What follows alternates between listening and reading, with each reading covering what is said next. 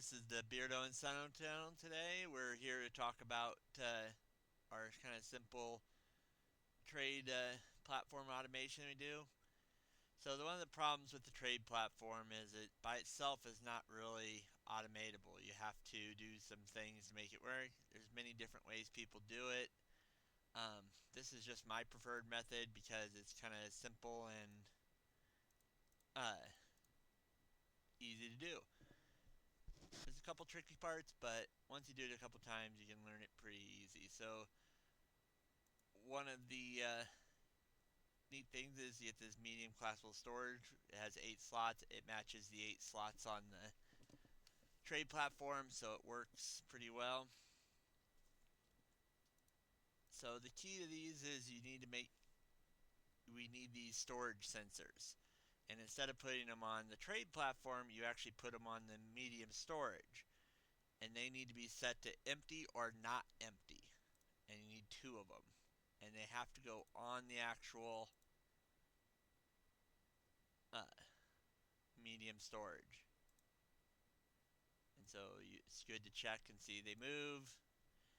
And then the other thing you need to do is you need a count repeater set to 2. And then the other unique thing is it needs to be set to 1. It has to be pre-primed to 1. And that's very important for the logic.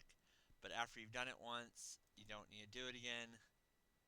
And you just put it on one of these sensors. And then that count repeater will go to the actual trade platform.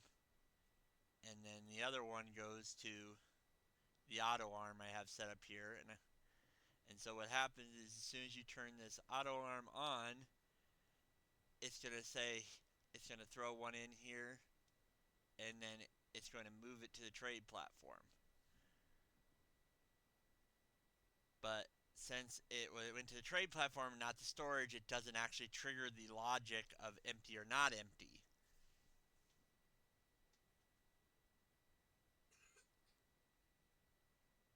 But now it hit it, and it's not empty, and so it triggers that, sends the rocket up, it shuts off the auto arm, so it doesn't feed anymore.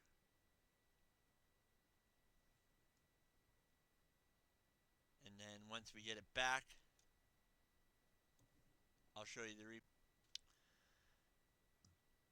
So if you see this now, if I clear it out manually, normally you would have some type of automated system to throw this and have a use for it.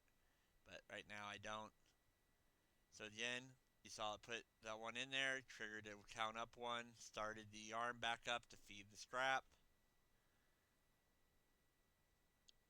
It sees now that the trade post is at max, it sends it off so it goes there. Again, it triggers the not empty object, and voila, you got infinite, trade as long as you can keep your scrap flowing somehow. So that's the simple way we set up all of our trade.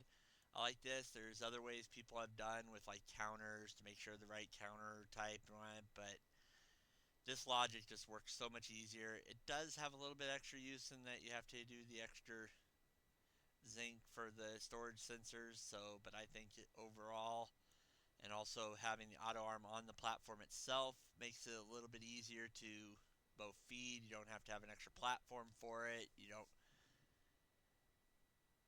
it's just the way I think it makes it a lot more easier and slick.